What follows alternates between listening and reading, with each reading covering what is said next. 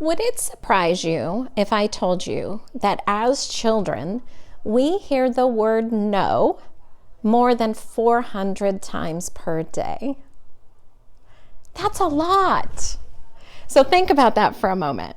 400 times per day. But if we hear a word that frequently, does it become easier for us to say as well? When you're faced with a challenge or perhaps something that you've never done before, do you find yourself becoming more of a no, I cannot, or yes, I can type of a person? A little story for you. A friend of mine needed to move a piece of furniture or something along those lines, and she wanted to borrow a truck. I have a truck, and I was not available that particular day, so she and her daughter came by to pick up the keys. I handed it to him, and then I went off to do whatever it was I needed to do that day. About 20 minutes later, I got a text message from her asking how to get the key out of the ignition. There's just a little latch to get the key out. And I remarked that I was so surprised that they were done already, that they were very efficient. Well, they hadn't even left the driveway. They had been out there struggling.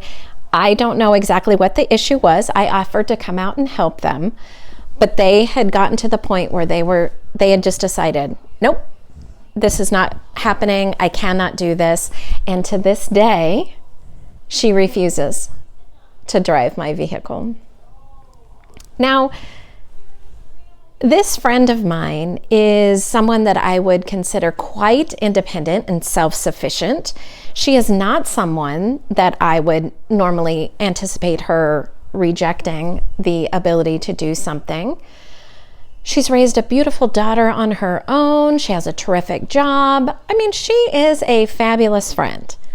But in this particular instance, she had been faced with this challenge, and she decided, nope, I can't do this. What happens to you when you're in that type of a situation? If you're faced with doing something new, I know there's been times where maybe it's a yoga pose, right? You see somebody doing something, you're like, oh, I can do that. Or you see someone doing something on television. Maybe you like a little HGTV, and you see someone hanging wallpaper, and you're like, oh, I would never attempt anything like that. Using a power saw, no. Fixing your toilet, investing your own money. All of these things we could do ourselves. But do you find yourself saying, I could never. Maybe travel abroad. I know that's something that's a challenge for people.